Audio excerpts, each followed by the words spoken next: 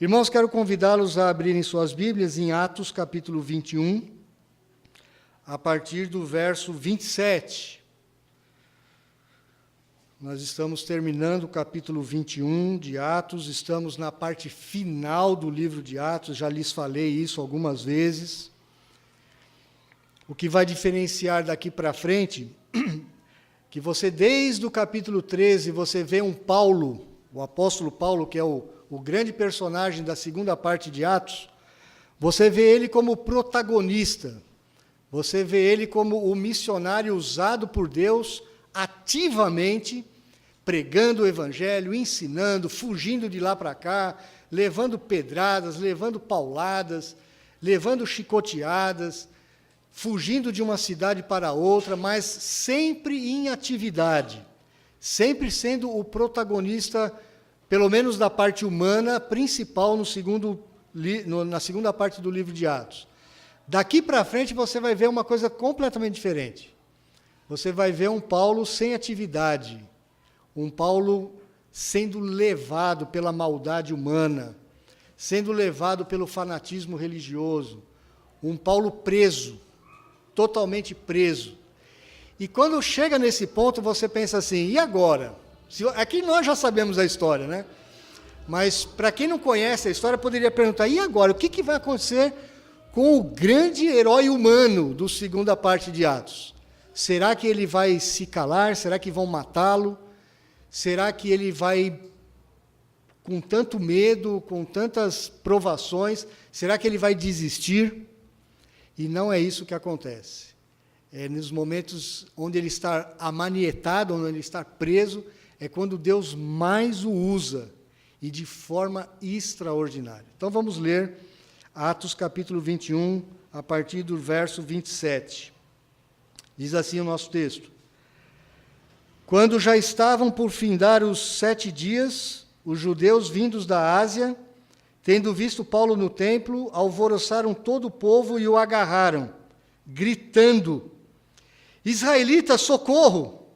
Esse é o homem que por toda parte ensina todos a serem contra o povo, contra a lei e contra este lugar. Ainda mais, introduziu até gregos no templo e profanou este recinto sagrado. Pois antes tinham visto Trófimo, o Efésio, em sua companhia na cidade e julgavam que Paulo o introduzira no templo. Agitou-se toda a cidade, havendo concorrência do povo, e agarrando a Paulo, arrastaram-no para fora do templo e imediatamente foram fechadas as portas. Procurando eles matá-lo, chegou ao conhecimento do comandante da força que toda Jerusalém estava amotinada. Então este, levando logo soldados e centuriões, correu para o meio do povo. Ao verem chegar o comandante e os soldados, cessaram de espancar Paulo. Aproximando-se o comandante, apoderou-se de Paulo e ordenou que fosse acorrentado com 2 cadeias, perguntando quem era e o que havia feito. Na multidão, uns gritavam de um modo, outros de outro. Não podendo ele, porém, saber a verdade por causa do tumulto, ordenou que Paulo fosse recolhido à fortaleza. Ao chegar às escadas, foi preciso que os soldados o carregassem, por causa da violência da multidão, pois a massa de povo o seguia gritando, mata-o! E quando Paulo ia sendo recolhido à fortaleza, disse ao comandante, é-me permitido dizer-te alguma coisa? Respondeu ele, sabes o grego? Não és tu, porventura, o egípcio, que há tempos sublevou e conduziu ao deserto 4.000 sicários? Respondeu-lhe Paulo, eu sou judeu, natural de Tarso, cidade não insignificante da Cilícia, e rogo-te que me permitas falar ao povo. Obtida a permissão, Paulo, em pé na escada, fez com a mão sinal ao povo. Fez-se grande silêncio e ele falou em língua hebraica, dizendo. E paramos por aqui. Vamos orar, meus irmãos. Pai Santo, Eterno, Deus Trino, Todo-Poderoso, nós te adoramos nesta noite, glorificamos o teu nome, nos prostramos diante da tua glória e da tua majestade, reconhecemos que fomos criados para sermos portadores da tua imagem, fomos criados para manifestar a tua glória, a tua beleza, a tua autoridade, o teu governo sobre todos os cantos desta terra. Reconhecemos também que falhamos, pecamos, nos rebelamos contra esta tua vontade, contra o teu projeto, e ficamos perdidos, sem saber para onde ir. Ouvimos muitas vozes neste mundo e estávamos completamente como inimigos do Senhor. Mas o Senhor, pela tua graça, pela tua misericórdia, pelo tanto amor com que nos amou desde os tempos eternos, nos escolheu em Cristo Jesus. E mandou-nos o teu Filho para morrer em nosso lugar. Deu-nos o que tinha de mais precioso, o teu Santo Filho, com quem o Senhor tinha intimidade e comunhão por toda a eternidade. E o Senhor nos deu a Ele para se transformar num homem, para tomar a forma humana, para viver as nossas misérias, para sentir o nosso drama, para se identificar conosco. E Ele foi para uma cruz, para morrer pelos nossos pecados, para pagar a dívida que era impagável, que nós nunca poderíamos pagar. Nós te louvamos porque este amor levou o teu Filho a entregar a sua vida por cada um de nós. Nós te louvamos porque o teu Filho também viveu uma vida perfeita neste mundo, uma vida completamente justa diante da tua lei, diante da tua face e diante dos homens. Nós te louvamos, ó Deus, também porque o teu Espírito foi nos dado como uma autenticação, como uma penhora, como um selo sobre as nossas vidas para nos garantir que agora nós somos teus. Agora nós somos parte de uma nova geração de homens que foi iniciada com o segundo Adão, com o Senhor Jesus Cristo. Nós te louvamos porque agora temos o teu Espírito habitando em nossos corações. O teu Espírito que nos faz lembrar de tudo aquilo que o Senhor Jesus Cristo fez e ensinou. O teu Espírito que revela a tua palavra ao nosso coração. Nós te louvamos, ó Deus, por tamanha obra de salvação nas nossas vidas. Nós te glorificamos, ó Deus, porque nós somos o teu povo agora. Porque agora nós vivemos na era do Espírito. Nós agora, Senhor, somos uma nova criatura. Obrigado, ó Deus, porque toda esta obra foi tua nas nossas vidas, e nós só temos que te agradecer. Nós só temos que entregar as nossas vidas para o teu louvor e para a tua glória. Ó Deus, nós te agradecemos pelo país que moramos, e intercedemos por esse país. Intercedemos, ó Deus, pelas autoridades constituídas, eleitas. Nós pedimos, tenha misericórdia desta nação. Também nesta hora, ó Deus, nós pedimos pelas famílias da tua igreja. Intercedemos, ó Deus, para que o Senhor derrame sobre as casas do teu povo bênçãos sem medida. Abençoa os nossos celeiros. Abençoa, Senhor Deus, o trabalho dos teus servos e das tuas servas. Abençoa, Senhor Deus, os nossos ministérios. Acima de tudo, ó Deus, dá-nos temor e amor pela tua palavra. Que nós, ó Deus, tenhamos o teu reino em alta consideração nas nossas vidas. Que nós possamos viver como homens e mulheres, portadores agora da nova imagem reconstituída em Cristo Jesus. Queremos exaltar e bendizer o teu nome. Queremos pedir que nesta hora o Senhor fale aos nossos corações. Usa a tua palavra, ó Deus. Usa, Senhor Deus, o teu Espírito Santo para nos convencer do nosso pecado, da necessidade do nosso arrependimento e da necessidade desesperadora de nós termos fé em Cristo Jesus e comunhão com o Senhor. Muito obrigado, ó Deus, por esta igreja. Obrigado, Senhor Deus, pelas famílias que se reúnem aqui. E nós pedimos mais uma vez, abençoa-nos, ó Deus. Nós precisamos da Tua bênção que enriquece a nossa vida em todos os sentidos. Nós oramos em nome de Jesus. Amém. Meus irmãos, nós vivemos tempos difíceis hoje, muitas vozes, muita gritaria, muitas polarizações, mas isso não é uma marca só da nossa época. Isso foi uma marca da humanidade desde que o pecado entrou no mundo. Se você observou o texto de Gênesis, que Rogério leu, no capítulo 3, você vai ver ali algumas vozes. Você vai ouvir a voz da serpente, você vai ouvir a voz de Adão, você vai ouvir a voz de Eva, e você vai ouvir a voz de Deus, fazendo perguntas, inclusive, para que o próprio homem entendesse o que estava acontecendo. Tempos depois, um pouquinho mais à frente, em Gênesis, você vai ver o relato da Torre de Babel, a famosa Torre de Babel.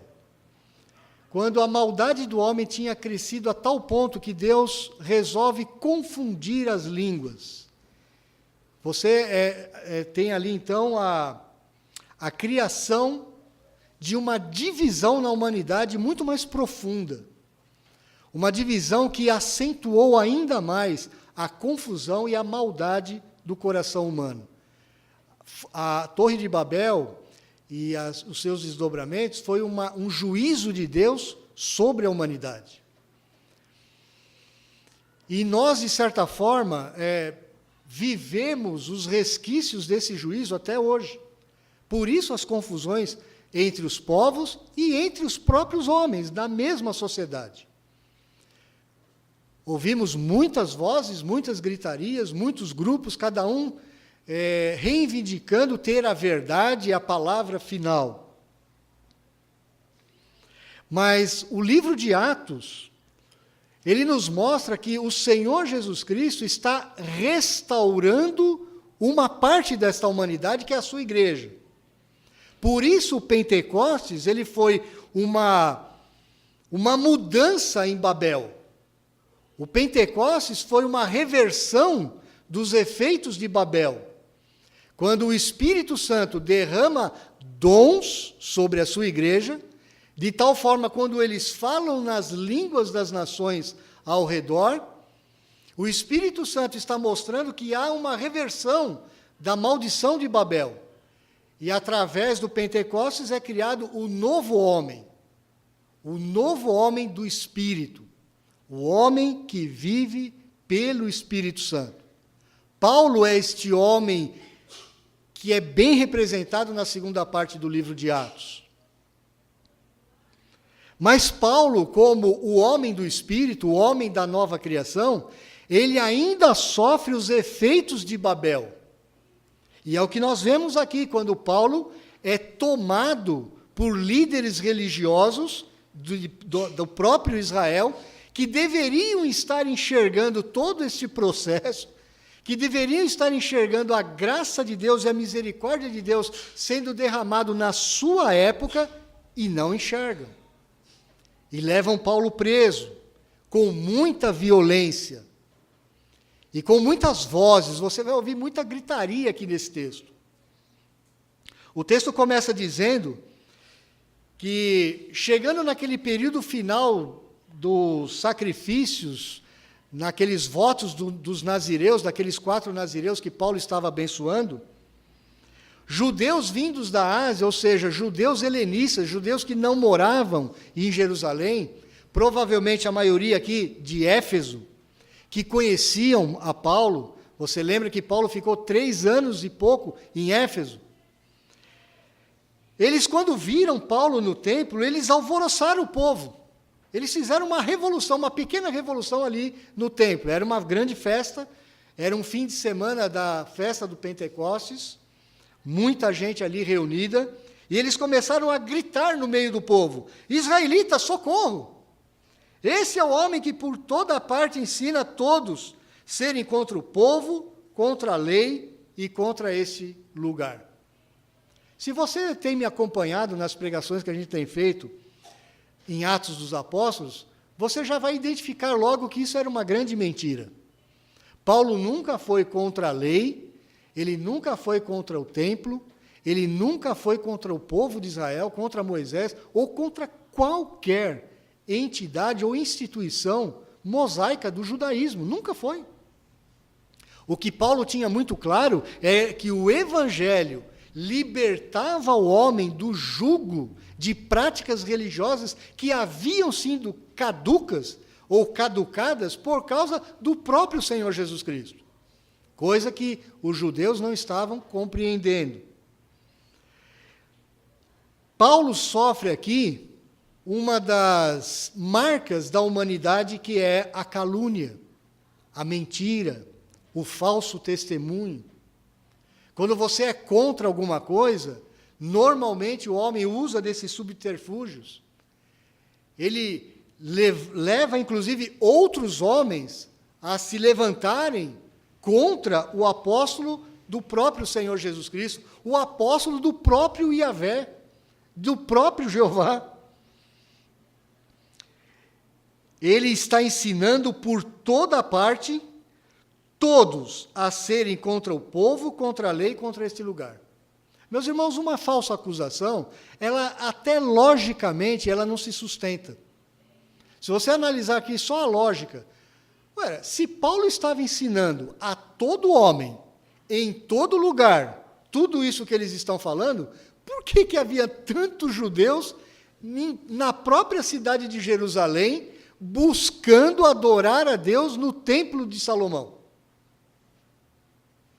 Não é verdade isso.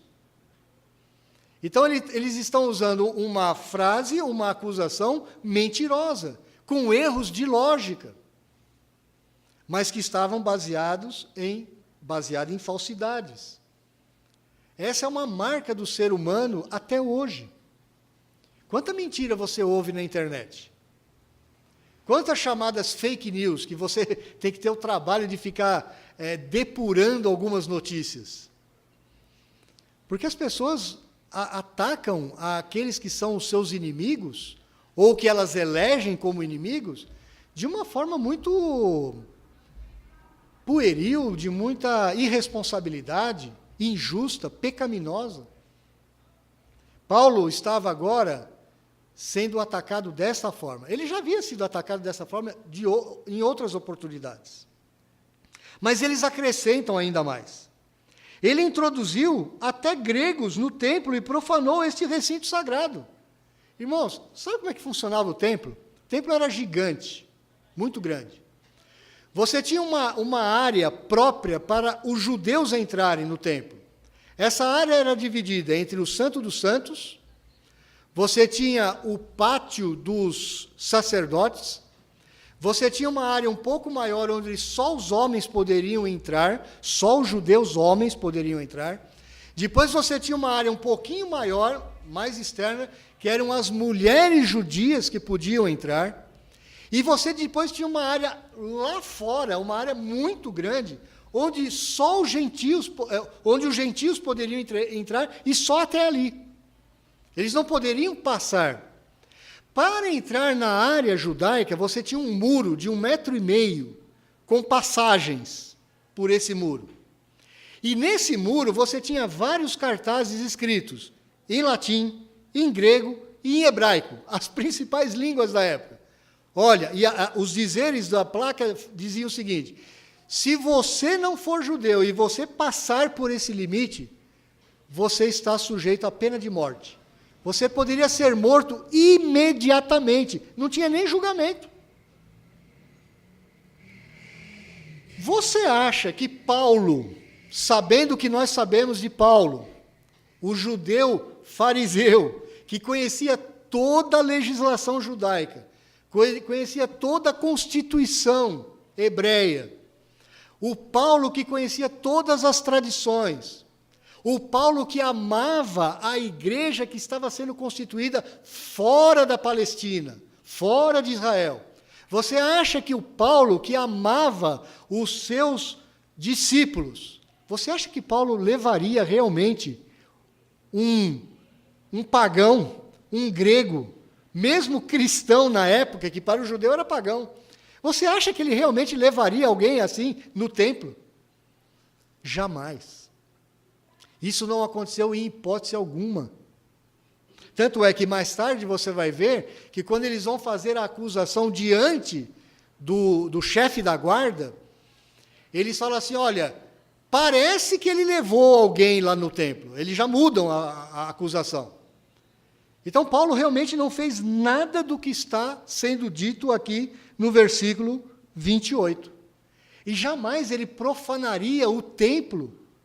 Embora Paulo sabia que a circuncisão, que visitar o templo, que guardar as festas, que guardar aquele regime dietário, aqueles regimes de alimentos, aquilo nada poderia salvar o homem, aquilo não era suficiente para salvar o homem, mas jamais Paulo estaria profanando o templo, levando um grego, um gentil, um não circunciso para dentro da área do templo. É uma coisa ilógica o que está acontecendo aqui. Se alguém passasse daquele limite, ele era morto na hora, sem necessidade de julgamento nenhum. E os romanos, embora tivessem o seu direito romano, as suas leis, dentro daquela área, quem mandava era Israel. E as leis romanas permitiam que os judeus executassem quem ferisse aquela ordem. Veja que no verso 29, ele diz, pois antes tinham visto Trófimo, o Efésio, em sua companhia na cidade, e julgavam que Paulo introduzira no templo. Trófimo era um Efésio, ele era um grego, que havia abraçado o cristianismo, havia se tornado um crente, e realmente ele estava andando com Paulo pela cidade. Mas ele não entrou no templo. E aqui agora eles já estão abrandando a acusação. Olha, ele talvez tenha entrado no templo, julgavam que Paulo o introduzira no templo. Estavam fazendo um falso julgamento, um falso juramento, uma prática maligna que é proibida desde o Antigo Testamento, já nos 10 Mandamentos. Não proferir falsos julgamentos, falso testemunho. A cidade, a partir do verso 3, ela continua agitada, e era uma prática comum das cidades antigas do Oriente, e inclusive de algumas áreas urbanas que nós conhecemos. Eu já lhes disse, eu já assisti muitos jogos de futebol, em estádios pequenos e grandes, e eu vi como que isso funciona. Às vezes uma confusãozinha sai no meio de um povo ali, e os caras começam a agitar, de repente você vê um monte de gente brigando no estádio. As pessoas se digladiando, se matando. Viram inimigos mortais assim, e nem conheciam o camarada. E as coisas acontecem dessa forma. Eu nunca gostei de multidão. Não gosto. Eu gosto de futebol, mas assim, você está num lugar que tem muita gente, eu acho muito perigoso, principalmente hoje. Porque, de repente, alguém começa a gritar, falar alguma coisa alta, e você tem um efeito de catarse coletiva, e as pessoas seguem, é igual manada. Elas nem sabem o que está acontecendo, mas seguem. E nas cidades do Oriente Antigo, isso era muito comum. Aconteceu com o próprio Jesus. E agora está acontecendo com Paulo novamente. Essa é uma característica do nosso tempo. Às vezes as pessoas começam a esbravejar, a gritar, a acusarem coisas que nem têm conhecimento. Não sabem de nada. Nós precisamos tomar cuidado, meus irmãos, como cristãos que somos, precisamos tomar muito cuidado. termos zelo com aquilo que a gente fala de outros e principalmente com os grandes movimentos da nossa época, partidos. Eu creio que existem teorias políticas extremamente malignas, que foram produzidas no meio do inferno. Creio nisso. Mas não se engane, meus irmãos, não existe nenhuma doutrina política pura e perfeita. O cristão precisa saber deduzir dessas várias vozes da nossa sociedade que todas elas estão enganadas, na verdade. Todos estão enganados. Você vê aqui uma parte do povo é religiosa. Você vê aqui algumas vozes de pessoas religiosas, falando contra o apóstolo Paulo. E você vê vozes de pessoas, representantes do Império Romano, que não tinham nada a ver com religião. Eles não tinham nada a ver com o contexto religioso daquele momento. Mas eles, embora estejam sendo até mais justos do que os religiosos, eles também não têm a palavra correta.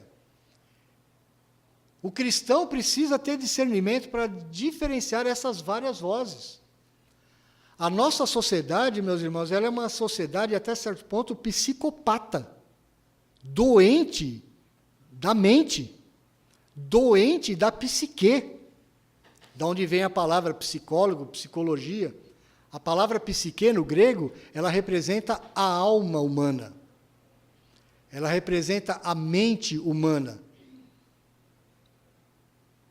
A nossa sociedade, como um todo, independente de partido, de ideologia, ela está doente. Ela é psicopata. Ela vive em psicose. E nós precisamos tomar muito cuidado quando nós tomamos parte de um contra o outro. O homem cheio do Espírito Santo, o homem espiritual, como era o apóstolo Paulo, ele estava discernindo tudo isso. Ele sabia que tanto os romanos como os religiosos judeus estavam perdidos. Ele sabia que tanto os religiosos que levavam a lei a sério, mas que não tinham discernido o próprio Senhor Jesus Cristo, eles estavam perdidos. Os romanos que tinham o poder, que tinham uma pretensa sabedoria na lei, que tinham o poder econômico nas suas mãos, eles também estavam perdidos. Embora muitos desses líderes romanos estivessem até protegendo o apóstolo Paulo. O Cláudio Lísias, que é o comandante da guarda aqui, que era um comandante de mais de 1000 homens, era um grande homem na época, ele estava protegendo o apóstolo Paulo, você viu o texto. Ele estava, de certa forma, se não fosse pela intermediação de Deus na vida desse homem, Paulo teria sido morto ali. Eles teriam levado Paulo para fora da cidade e o apedrejado, como fizeram com Estevão anos antes. Ou como fizeram com o próprio Senhor Jesus Cristo 30 anos antes, aproximadamente. Nós precisamos, como crentes, meus irmãos, ter isso em mente. Por isso precisamos da palavra de Deus sendo a nossa ensinadora. A palavra de Deus, com o Espírito de Deus que habita em nós, é quem forma em nós o caráter do homem espiritual, do homem guiado pelo Espírito. Você pode, sim, ter um partido político que você goste mais e que você trabalhe, sem problema nenhum. Você pode, sim, se envolver com qualquer instituição da nossa sociedade humana. Sim, você pode. Muitas vezes eu digo até deve. Você deve exercer a sua posição de cidadão, mas nunca se esqueça, as várias correntes nas nossas sociedades, todas estão doentes psicologicamente, doentes da mente, doentes da alma. O apóstolo Paulo vai falar em 1 Coríntios que o homem natural, ele não consegue discernir as coisas do Espírito de Deus. Não consegue. Por mais inteligentes que sejam, por mais cultos que sejam, por mais corretos que estejam em algum aspecto da humanidade, ainda assim são pecadores carentes da graça de Deus e carentes da direção do Espírito de Deus.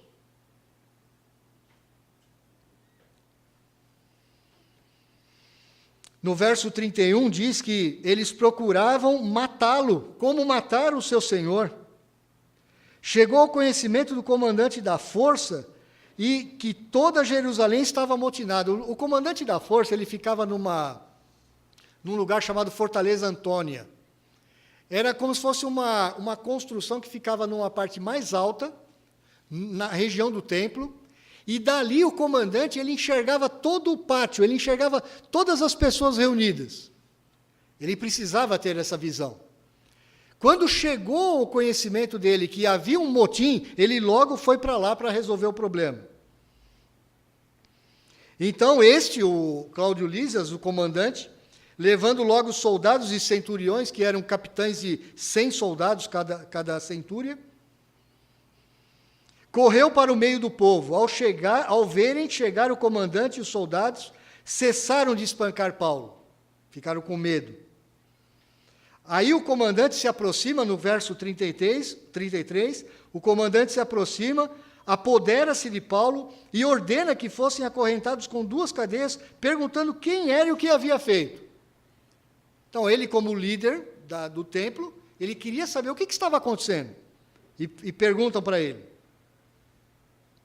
Só que na multidão, uns gritavam de um modo, outros de outro, e ele não conseguia entender nada do que estava acontecendo ali. Havia muita gritaria. Partidos diferentes gritando no meio da multidão. Isso representa exatamente a sociedade humana desde o momento que o pecado entrou no mundo. Muita gritaria, muita confusão, muita psicose, muita doença, mas nenhuma verdade. O comandante separa Paulo, diz o verso 25 que ao chegar às escadas foi preciso que os soldados o carregassem por causa da violência da multidão. O homem continua sendo o mesmo violento, e eles estavam na região do templo, não se esqueça disso. O templo de Jerusalém era o centro da religião judaica de todos os judeus e todo o mundo. Aquele era um lugar onde as pessoas deveriam estar discernindo as suas vidas, discernindo o tempo que viviam. Elas deveriam estar raciocinando.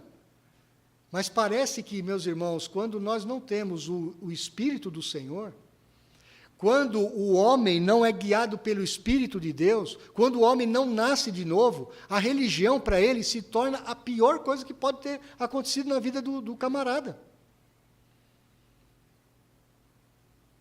Às vezes é preferível você falar com uma pessoa totalmente cética, totalmente incrédula a respeito do Evangelho, do que você falar com uma pessoa religiosa.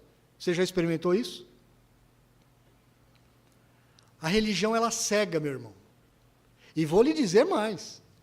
Até a religião chamada reformada, protestante, presbiteriana, pode te cegar. Não se esconda atrás de nenhuma religião. É só o Senhor Jesus Cristo que salva com o seu Evangelho. Ninguém mais salva. Eu creio que a Igreja Presbiteriana, a nossa doutrina, é a melhor que existe, senão não estaria aqui. Senão teria ficado 4 anos lá sofrendo, né? Eu creio fielmente nisso. Não há melhor doutrina do que a nossa. Mas não se engane. Não é doutrina que te salva. Não é religiosidade que te salva. O exemplo está aqui. Quem que tinha a palavra revelada em suas mãos? Os judeus. Ninguém mais tinha. Eles tinham. Eles tinham todas as práticas religiosas corretas conforme o Antigo Testamento. E mesmo assim, isso não foi suficiente para fazer com que nascessem de novo. Não foi suficiente. No verso 36 diz que o povo seguia gritando, mata-o, A mesma expressão que gritaram com relação ao Senhor Jesus Cristo. Aqui, provavelmente, eles estavam falando em aramaico. O povo normal das ruas em Jerusalém falava o aramaico, que era uma modificação do hebraico. Era uma alteração do hebraico, uma língua mais moderna naquela época, que era a língua do povo comum. Inclusive, o Senhor Jesus falava o aramaico, normalmente. Os discípulos falavam o aramaico. Eles não falavam mais o hebraico. O hebraico era uma língua erudita na época. Poucos conheciam o hebraico. Paulo conhecia o hebraico. É claro que o Senhor Jesus, como um rabi, também falava o hebraico. O que acontece daqui para frente, meus irmãos, é muito interessante. A confusão das línguas, você vai ver aqui. Quando Paulo ia sendo recolhido à fortaleza, disse ao comandante: é-me permitido dizer-te alguma coisa? Quando Paulo se dirige ao comandante, ele fala na língua grega. Mas veja bem, ele não está falando no grego comum. Ele está falando num grego erudito aqui. Por que eu sei disso? Porque as pessoas falavam o grego também. Era muito comum as pessoas falarem grego na época. O grego estava se tornando, ou já havia se tornado, como o inglês da nossa época. A segunda língua de muitos. De muitos. Por isso, o comandante, quando se vira para Paulo, fala assim: sabes o grego? Esse sabes o grego aqui, não era falando assim, ué, você fala grego? Não. Ele está falando assim, como é que você sabe esse grego erudito? E claro que o comandante de 1000 homens, numa região que era um barril de pólvora, ele era um homem erudito também, ele era um homem que conhecia as coisas. Ele sabia o grego profundamente, ele falava em latim, era o normal da língua dos comandantes romanos. Então veja que há uma confusão de línguas aqui, né? Você vê gente falando em aramaico no meio do povo, agora de repente o comandante que fala o latim e fala o grego, ele recebe um Paulo de repente fazendo uma pergunta para ele: eu posso me dirigir ao povo? E fala num grego estiloso, um grego que não era o comum, o grego koiné, o grego comum das massas, ou seja, aquele inglês meio feijão com arroz que a gente usa de vez em quando, né, para se virar no aeroporto, alguma coisa desse tipo. Não é o inglês nativo. É a mesma coisa. E Paulo começa a falar num grego que só os gregos falavam. Como é que você sabe o grego? E aí o comandante faz uma pergunta estranha. Não és tu, porventura, o egípcio que há tempo sublevou e conduziu ao deserto 4.000 sicários? Nós sabemos da história que, há poucos anos atrás, um falso profeta egípcio, de origem judaica, havia se levantado em Israel e ele havia congregado cerca de 4.000 homens chamados sicários. Sabe o que é o sicário? É o terrorista atual. Já viu aqueles terroristas que aparecem em Israel, de repente ele tira uma faca e esfaqueia um judeu no meio lá do pátio do templo, lá o que sobrou do templo? Os sicários eram esses, eles eram uns terroristas da época que eram, vez ou outra, reunidos por algum líder e que tentavam tomar Israel do poder de Roma. Queriam libertar Israel. E houve um profeta egípcio, realmente a história confirma isso, há alguns anos atrás, que fez exatamente isso. E, na cabeça do comandante, aquele egípcio, aquele falso profeta egípcio, ele tinha voltado novamente por uma insurreição, uma revolta, para levar o povo a libertar Israel do Império Romano. Paulo agora responde no verso 39, não, eu sou judeu, eu sou natural de Tarso, uma cidade não insignificante da Cilícia. Tarso era uma cidade considerada acadêmica, porque ela tinha grandes universidades. Era cidade de estudantes, de professores. Por isso, Paulo, inclusive, era um grande mestre. Ele conhecia muita coisa de muitos lugares. Ele falou, não, eu sou da cidade de Tarso, uma cidade que não é insignificante na Cilícia, e eu rogo-te que me permitas falar ao povo. Paulo faz uma pergunta aqui que não era normal também. Quem que ia imaginar que um comandante ia deixar você sendo acusado de sedição, sendo acusado de ser um líder revoltoso, falar para uma multidão? Só se o comandante estivesse maluco. Ele não ia deixar você de jeito nenhum. Mas Paulo faz o pedido. Porque ele está falando em grego com ele. Então, você vê quantas línguas estão sendo faladas aqui, porque Lucas tem a intenção de mostrar para nós, meus irmãos, que nós, como homens e mulheres do Espírito, nós, homens e mulheres de uma nova criação, não importa a língua que você fale, você precisa entender a língua da sua época. Você precisa entender os movimentos da nossa sociedade. E que nenhum deles, por mais sábios que sejam, eles contêm a verdade. A verdade está numa pessoa, que é o Senhor Jesus Cristo, a quem Paulo prega. Você quer ver confirmado isso?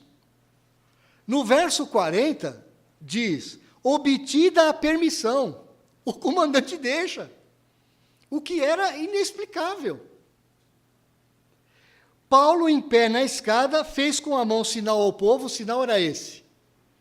Quando um líder queria falar no meio de uma praça, ele levantava a mão assim, o povo aquietava. Não tinha microfone, como nós temos hoje. Então, o camarada tinha que falar, os lugares eram acusticamente bem preparados para isso, mas o povo tinha que ficar quieto. Imagina ali, não sei, 3, 4, 5 mil pessoas gritando. Não dá para você ser ouvido. O povo fica quieto. E ele falou em língua hebraica. Ele começa a falar em hebraico. Provavelmente um hebraico mais para aramaico. Mas o que você está vendo nesse texto aqui, meus irmãos? Confusão, muita gente gritando, muitos partidos, e o apóstolo do Senhor Jesus Cristo, o portador do Evangelho, o portador agora da imagem de Cristo restaurada em nós, ele está no meio de tantas vozes, de tantas lutas, de tanto sofrimento, falando ainda do seu Senhor Jesus Cristo. Paulo, ele poderia ter aqui, nós vamos ver a pregação, o sermão de Paulo, ou o discurso de Paulo, a partir do capítulo 22, mas Paulo poderia ter usado aqui muitas estratégias, de se ver livre naquele mesmo momento, mas ele não usou. Paulo poderia ter, inclusive, jogado um grupo contra outro, e não fez. Porque Paulo tinha a ideia de que pregar o Senhor Jesus Cristo era o que ele tinha de melhor para aquela multidão.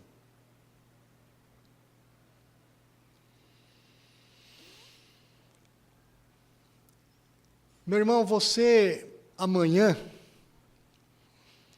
no seu ambiente de trabalho, na sua escola, na sua vizinhança, nos seus contatos comerciais, em qualquer tipo de contato, você vai ouvir vozes, muitas vozes, parecidas com essas aqui. Uns gritando de um jeito, outros gritando de outro. Se você fizer uma análise muito cuidadosa, você vai ver que há muitas psicopatias na nossa sociedade. Por isso as pessoas não se compreendem mais. Por isso elas não se entendem mais. Isso é uma característica de Gênesis capítulo 3, de Babel. Mas você, como crente, você tem que entender que você agora é um homem e uma mulher do Espírito. Você não mais fala as línguas confusas da nossa sociedade. Você fala agora a língua do Evangelho. Você fala agora a língua do novo homem, que é o Senhor Jesus Cristo. Lembra-se, você agora é portador de uma imagem restaurada na sua vida, que é a imagem do Senhor Jesus Cristo. Assim como o Senhor Jesus Cristo também não gritou no meio da multidão, quando foi violentamente atacado, quando foi acusado injustamente, de várias formas, Paulo está nos dando este exemplo. Olha como que um seguidor de Jesus Cristo se porta no meio da adversidade, no meio de uma sociedade que não te ama. Uma sociedade que muitas vezes, no máximo, ela te tolera. Uma sociedade que muitas vezes tem uma amizade com você, mas uma amizade circunstancial, enquanto ela precisa de você. Não se iluda, meu querido irmão, o mundo nunca vai ser seu amigo. Nunca. Quando chegar no momento da gritaria, quando chegar no momento das grandes decisões, quando chegar no momento de escolher o funcionário para ocupar o cargo do chefe, quando chegar no momento da promoção, quando chegar nos momentos mais delicados da nossa vida, o mundo vai te odiar, como odiou o Senhor Jesus Cristo e como odiou o apóstolo Paulo. E não procure razões para isso na humanidade. Você vai se perguntar assim mesmo, mas por que fulano fez isso comigo? Por que aquela pessoa fez isso comigo? Simples. Você é da descendência de Abel. Você é da semente santa. Você é um eleito do Senhor. Você é um discípulo de Cristo. E o outro de Satanás. Mesmo que ele não saiba disso exatamente. Por isso eles vão gritar contra você. Por isso eles vão lutar contra você. Por isso eles vão puxar o teu tapete. Por isso, às suas costas, eles vão te trair. Esteja preparado para, como cristão, saber viver neste mundo que é anticristão. Numa sociedade doente, uma sociedade que grita, uma sociedade que fala muitas línguas, menos a linguagem do Evangelho. Você é descendente de Deus. Você, embora cidadão, faça parte de qualquer tipo de partido ou instituição humana. Não se engane, meu querido. Todas as instituições estão falidas na sua base. O Rogério falou aqui quando orou, na hora que as crianças estavam saindo. A nossa sociedade, ela está agora, daqui até o dia 25, comemorando o Natal. Muita festa, muita cor, muitas viagens, muito passeio, muita música, muito blá blá blá. Mas a verdade do Evangelho não está lá. Por que Jesus nasceu? Ninguém se faz essa pergunta. Porque para eu entender por que Jesus nasceu, eu tenho que entender, eu sou um miserável pecador que preciso de um Salvador. Jesus não nasceu para nos trazer histórias do bom proceder. Jesus não nasceu e veio a esse mundo para nos contar boas histórias com uma ética muito elevada. Não. O Senhor Jesus Cristo nasceu para viver e morrer por pecadores miseráveis, como eu e você. Mas quando eu vou por esse caminho, eu tenho que admitir que eu sou um pecador e eu preciso confessar os meus pecados.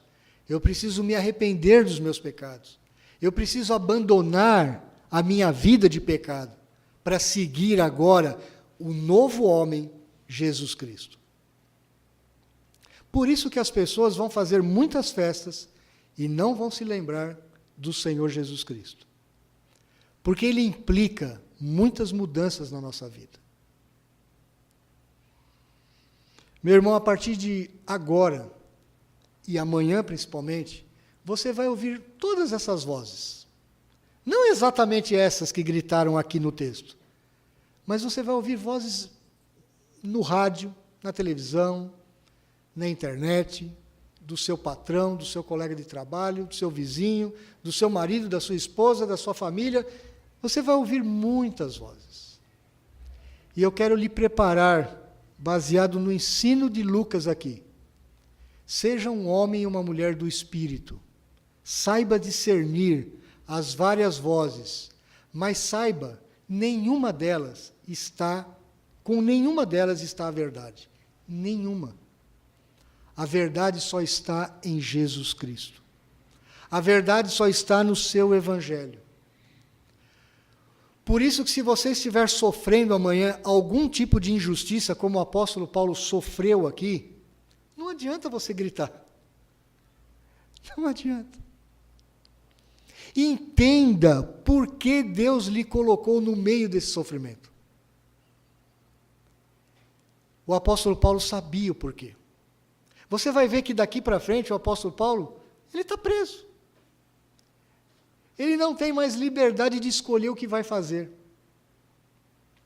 Quantas vezes na nossa vida, na vida de cada um dos irmãos aqui, você se sente da mesma forma? Preso. Parece que eu não consigo fazer o que eu queria fazer. Parece que as coisas que eu planejei não dão certo. Aquilo que eu mais queria não se realiza. Talvez você se sinta preso, como o apóstolo Paulo estava literalmente aqui, preso. Com muitas vozes ao seu redor, gritando nos seus ouvidos, falando mentiras de você, caluniando você, sendo injusto com você. Saiba, meu querido irmão, você é um homem espiritual agora, você é uma mulher espiritual. Você agora tem uma outra mensagem, não lute com as armas do mundo. Não perca seu tempo com isso. Saiba resistir nos momentos mais difíceis. Saiba que mesmo nesta hora, quando você se sente completamente incapaz, o Espírito de Deus está usando a tua vida. O Espírito de Deus está trabalhando no seu coração. É assim que você vai ver com Paulo daqui para frente.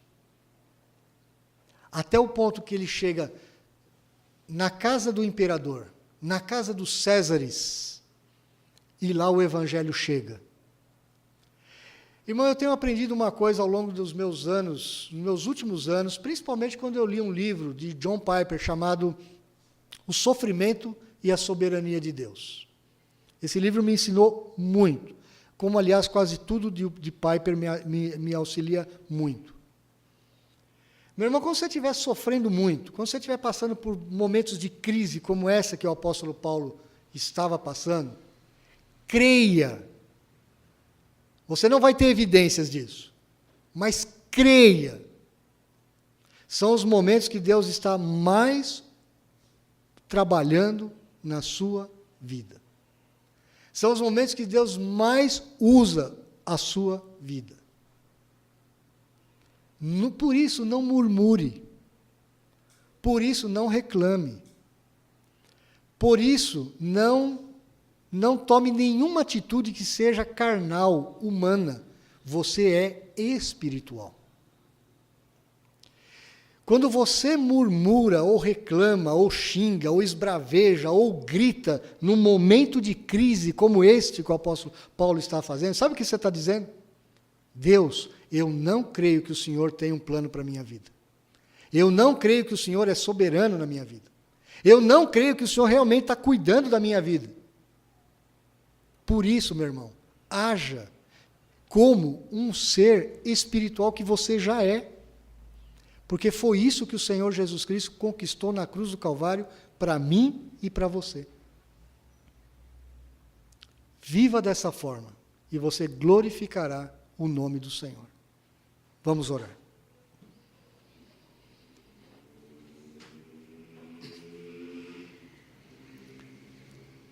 Pai, essa mensagem, às vezes ela é até fácil de falar, e às vezes até fácil de ouvir.